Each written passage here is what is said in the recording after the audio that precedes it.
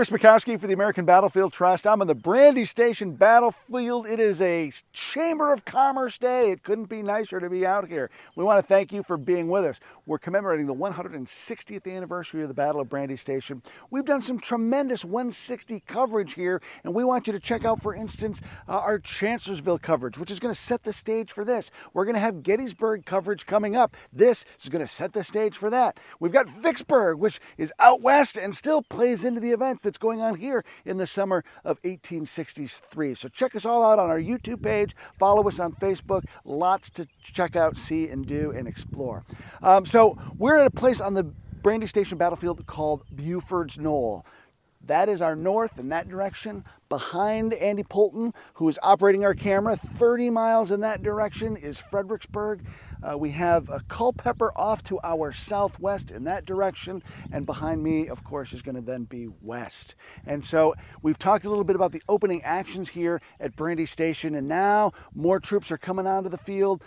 Folks are starting to assemble, and to talk a little bit about that action, I want to bring on my good friend Greg Mertz. Greg is the Vice President of the Brandy Station Foundation. And Greg, this is where we have Sam Elliott come onto the field and beat his chest and speak in his deep, gravelly voice, right? Yes, actually, when Sam Elliott was wanting to learn more about John Buford in order to do the movie Gettysburg, Bud Hall, who is the foremost historian of the Battle of Brandy Station and a person that was there at the very forefront of the preservation, brought Sam Elliott out here. He wanted to know exactly where John Buford stood during the battle. So there we have it. There's our Sam Elliott cameo. So as things are really going on without Hollywood actors, this becomes a really important spot. Tell us about it. Yeah. Well, as you mentioned, it's referred to as Buford's Knoll because of the action that occurred here during the Battle of Brandy Station. But as a lot of sites are, it has an alternate name. You're on the Cunningham farm, and we often sometimes refer to this as the Cunningham Knoll as well.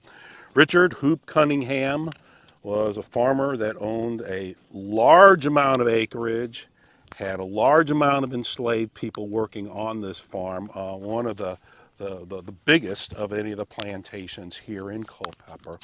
The first action of any military forces here, as we're along the banks of the Rappahannock River, would have been when in the spring of 1862, Richard Ewell and his division came here. Ewell would note enjoying some of the Madeira wine from Richard Hoop Cunningham's wine cellar here.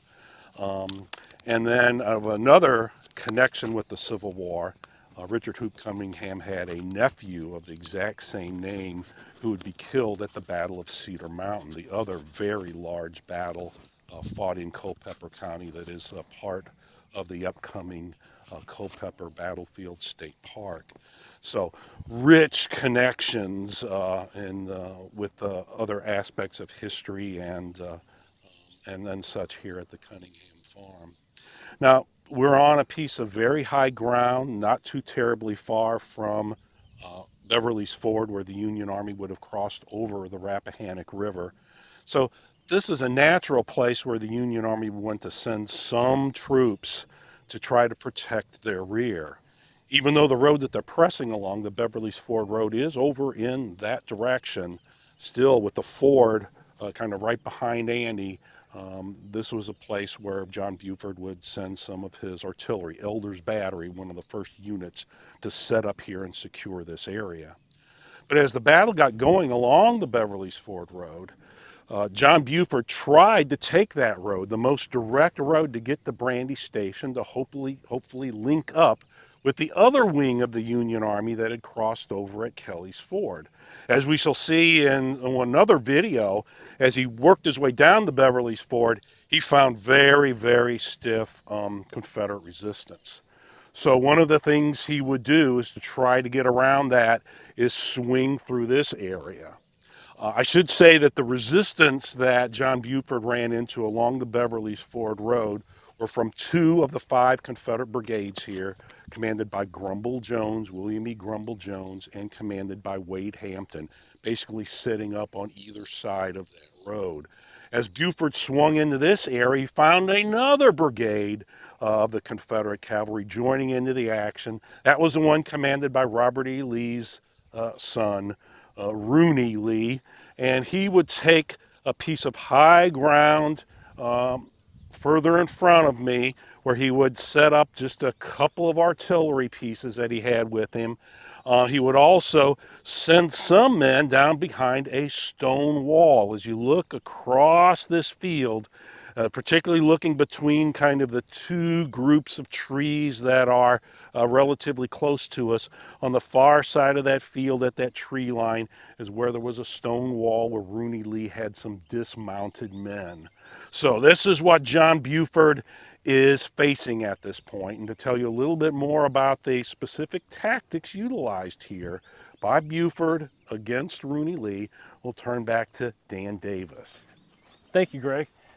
This is one of my favorite places on the Brandy Station battlefield, this beautiful, beautiful piece of high ground that has been preserved by you, members of the American Battlefield Trust. But it also has some of my favorite episodes of fighting here at Brandy Station. Rooney Lee is squaring off against John Buford, and specifically the Reserve Brigade, the U.S. regular cavalry regiments, along with the 6th Pennsylvania Cavalry. And both sides are going to fight pretty much for several hours to get control of that stone wall that Greg just talked about. The stone wall is actually a property line between Richard Hoop Cunningham and his neighbor just off to the west, Dr. Daniel Green. Now, the 5th U.S. Cavalry under a fellow named James Harrison is going to be heavily engaged down there to try to take that wall away from the 2nd North Carolina Cavalry, the 10th Virginia Cavalry, the 13th Virginia Cavalry, to the point where Harrison and his men are they're pretty much going to run out of ammunition. And then Buford's going to send the 6th Pennsylvania Cavalry forward. Now, the 6th Pennsylvania had just attacked at St. James Church, which we're going to talk about in one of our other videos. Now they've been pulled back to this position, and they have been ordered to dismount and begin moving across these fields, making their way across these fields to try to take that stone wall. And Major Henry Whalen of the 6th Pennsylvania is going to write in his after-action report, as we advance through the open field, this field right here that we're standing on, we received a terrible fire of rifle shot in front and of grape and canister from the enemy's battery on our left. Captain Charles B. Davis and 2 men of Company B were killed before we reached the wall. The enemy's fire took deadly effect on our horses, which were knocked over until 1/3 of the command was dismounted. The 6th Pennsylvania Cavalry can't take it, and Buford's pretty much stymied here in front of the wall. So what does he do? Buford is going to detail the 2nd Massachusetts Infantry, the 3rd Wisconsin, to begin moving around the Confederate right flank, literally doing a combat crawl around this area here, past the Wiltshire House, which witnessed this battle. It was the home of Richard Cunningham's overseer, and they're going to get onto a position to flank the Confederate line along the stone wall. And it's actually the infantry who will eventually push Rooney Lee away from that wall. But also at the same time, events taking place a few miles away are going to impact what Lee does here on this field, because David Gregg's division has arrived in Brandy Station, the rear of the Confederate line. So Lee's going to begin pulling his men away from that stone wall, and he's going to fight a delaying action, utilizing the high ground off to our west, jumping from one hill to the next as Buford pursues with elements from the Reserve Brigade along with the 8th Illinois Cavalry. There's going to be heavy, heavy fighting well off to our west. In fact, Rooney Lee himself is going to be wounded during the fighting. And the 2nd North Carolina Cavalry, which had fought so hard down here at the stone wall, is going to lose their commander, a fellow named Solomon Williams, during the fighting as well. But Buford is eventually going to find that he's not going to be able to break through toward Brandy Station to link up with Gregg, and he will eventually withdraw his troopers back across this ground later in the afternoon, ultimately pulling back across Beverly's Ford later that evening. And one of the more interesting aspects of the fighting in this sector of the battlefield, not only do you see heavy, heavy casualties here between the opposing sides, but there will be 4 men fighting here in this area on June 9th, 1863, that 13 years later will fight at the Battle of the Little Bighorn. George Custer, who's serving on the staff of Alfred Pleasanton, George Yates, also serving on the staff of Alfred Pleasanton, Miles Moylan, an officer in the 5th U.S. Cavalry, and Miles Keogh, who served on John Buford's staff. Sadly, 3 of those 4 men would lose their lives at the Little Bighorn. Now I'm going to bring back Chris Mackowski to talk a little bit more about the preservation story related to this piece of ground. Now, if you want to come out here, it's easy enough to do. All you have to do is park at the trailhead that is along Beverly Ford Road. Come out here to the Brandy Station battlefield. You take a left-hand turn or a right-hand turn, depending on which way you're coming at the southern states. Go past the airport, up Beverly Ford Road. And the American Battlefield Trust has a wonderful trailhead, and you can follow that. It's a 2-mile trail that will bring you all the way out here. It'll take you past the spot where we started, where you'll be able to see the Beverly Ford Road, and then you can come out here. Along the way, there are lunettes from the Washington Artillery that you can see. Beautiful, beautiful landscapes, of course. And there's a path that continues on down there along the property line toward the stone wall. I will caution you, the stone wall is a notorious snake pit, so be careful. But of course, anytime you're out exploring a battlefield, make sure you're preparing yourself against snakes, ticks. Make sure you have water. There's a lot of sun and not a lot of shade out here. Now, all this beautiful landscape might not have been here. I'm going to bring Greg Mertz back on to talk a little bit about this is a key spot in preservation, because instead of this bucolic environment, we might have had a racetrack. Yes, when we think of historic preservation, I'm sure that some folks figure that, oh, you just find a tract of land, maybe it's threatened, and you'll go out and purchase it. But one of the big challenges out here at Brandy Station was the size of this battlefield. Being a cavalry battlefield, and cavalry being able to move so quickly, it is a very, very large battlefield. And while the first threat to this was in Office Park, because the airport is nearby, that you may have picked up on one of the other videos, there was a rail line running through the area, which was the source of Brandy Station. Even during the time of the Civil War, the rail line came through here.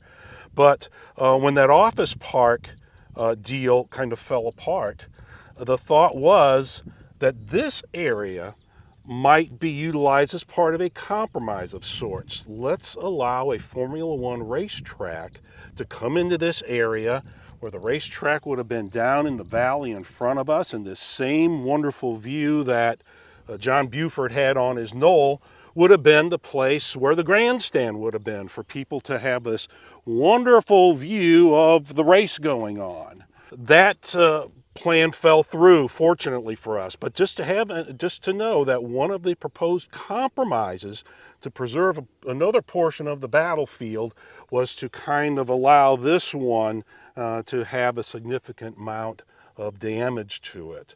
So the preservation efforts out here have not been simple by any means. Now you can come out here, as I said, enjoy this battlefield, lots to explore. We're going to continue with our video series, so we want you to stay tuned throughout the rest of the day. More to come from the Brandy Station 160th. For Greg Mertz, Dan Davis, Andy Poulton behind the camera, I'm Chris Mackowski. Thanks so much for all you do to give us spaces like this and supporting battlefield preservation and education.